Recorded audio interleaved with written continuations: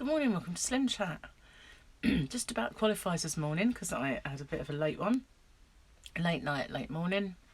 But hey, while you sleep, you can't eat, can you? That's all gravy, as they say. Maybe I should sleep all day, like hibernate, then I wouldn't eat then, would I? So yesterday, I wasn't naughty because strictly speaking, you're allowed what I had. But I had a day where I craved, so not a whole day. I mean, I had my hunter chicken. Excuse me, it's tea. Nice cup of tea this morning. I had my hunter chicken, which was nice. It was a little bit of sausage meat, a chicken breast wrapped around it, and bacon all tied up with string and cooked. It's really, really good. And I had just veggies with that. So I had cauliflower, broccoli, baby corn. I think that was it. But it was yummy, really nice. With some, Gary does make nice gravy, and that's the only carby thing on my plate. But I did, later on that evening, I had some mussels. You know, the seafood things. They were quite small ones. Couldn't get any big ones, but they're just as nice anyway. So I had those with some vinegar on. But as the evening wore on, I started to crave something naughty. So, long time before Christmas, when I was doing keto before Christmas, I bought Gary and I, because he really likes the dark chocolate, you know. So I bought some 85% cocoa chocolate. And, you know, it's like, it is chocolate, but it's not like really eating chocolate, is it? It's not like dairy milk or anything yummy. So, but it does give you that little bit of a chocolatey taste. So I couldn't be bothered to make cocoa bark at that time of night. So I just had 2 squares of this 85% chocolate. And you are allowed that, and it is very good for you. So that's my only saving grace, that I had a chocolate craving, I satisfied it with something healthy. So there, that was not bad, was it, really? And I had quite a few carbs on my dinner with gravy, and I do have quite a lot of veg. But I don't see that's a bad thing, really. I like filling my plate with veg. And it usually works good for me. So that was all I had yesterday. I don't think I had anything else, apart from breakfast, of course. So this morning, it's very late. Dare say we won't have breakfast. I might just grab some tuna like I used to. And my dinner today, I have to make myself. I've got 2 chicken legs out. So I shall cook that. And whether I just eat the chicken or make veg with it, I don't know. Depends. We'll see how I feel. But 2 chicken legs anyway. That's I thawed them out nicely overnight, so that's what I've got. And I've got plenty of snacky stuff, because when I went over my house yesterday, my ex works for a warehouse for a well-known supermarket, and they do get stuff given to them or that they can buy cheap. And so Fluffy got a big box of cat food for 10p, and it's got something like how many? But 40 pouches in there. And so and it was all tuna. So I'd give that to her in between others, so she's not got the same thing all the time. And it was the taste the best one or something anyway. So she got that for 10 pence, which is, you know, 1/10 of a pound. So that's really cheap. And I got beef and ham.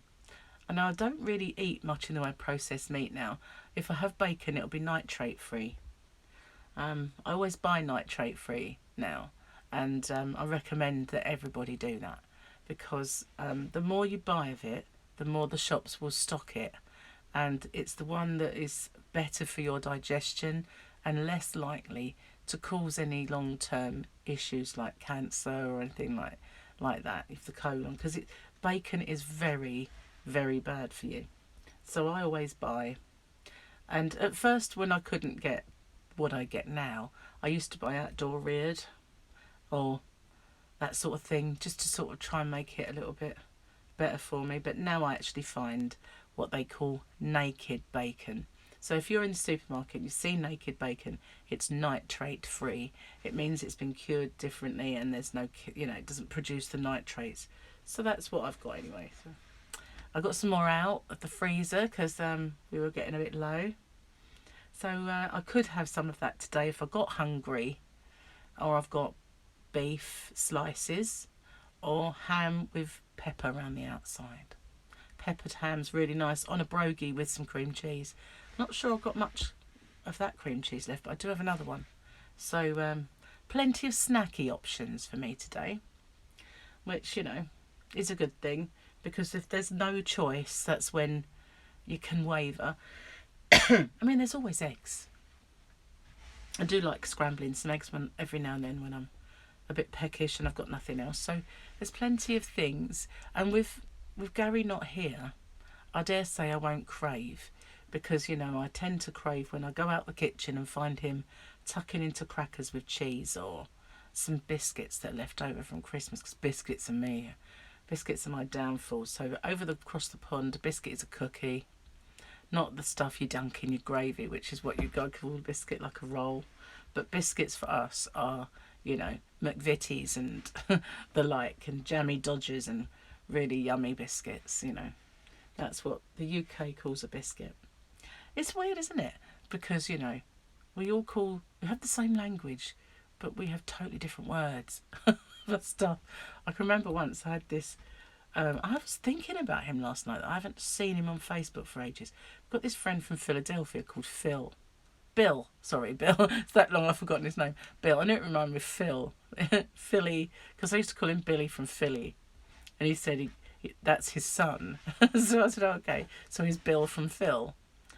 Doesn't quite have the same ring to it. But we met in a diet group, and he used to give me lots of tips. And how did I get onto Bill? Oh, heaven knows. How on earth did I get onto Bill? Oh, yeah.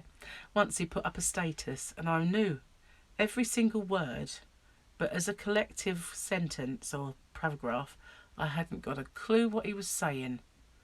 So I just put that underneath, like, we speak the same language, but I haven't got a clue what that means. And it was some kind of football thing, so that's why. And yeah, but I've noticed that as I've been going on YouTube for the last 18 months, because my main channel has been going 18 months. And, you know, we often lament about the words that we speak differently. It's quite funny, really. I have to figure out where he's gone, see if he's still on there. It might just be that YouTube has stopped showing me his posts, because if you don't comment for a while, they think you're not interested, don't they? And they out them. But yesterday, you might, if those of you who watch me on Crochet Rocks might know, I've been a bit worried about one of my neighbours that I haven't seen for ages. Well, yesterday Gary saw him. He's not had COVID, he isn't dead, and he's still walking around with dogs, so that's cool, isn't it? It's just that the road was too bad and he didn't really want to walk down it, so I did think that might be the reason, but I've seen two of them since, Mary and Dave, so they're all okay. All is right with the world. They've not carked it, which is good. Anyway, I'm going to finish my tea before it gets absolutely stone cold and upload these videos. If you haven't already, don't forget to watch my Rocksteady, because there's lots of YouTube help on there.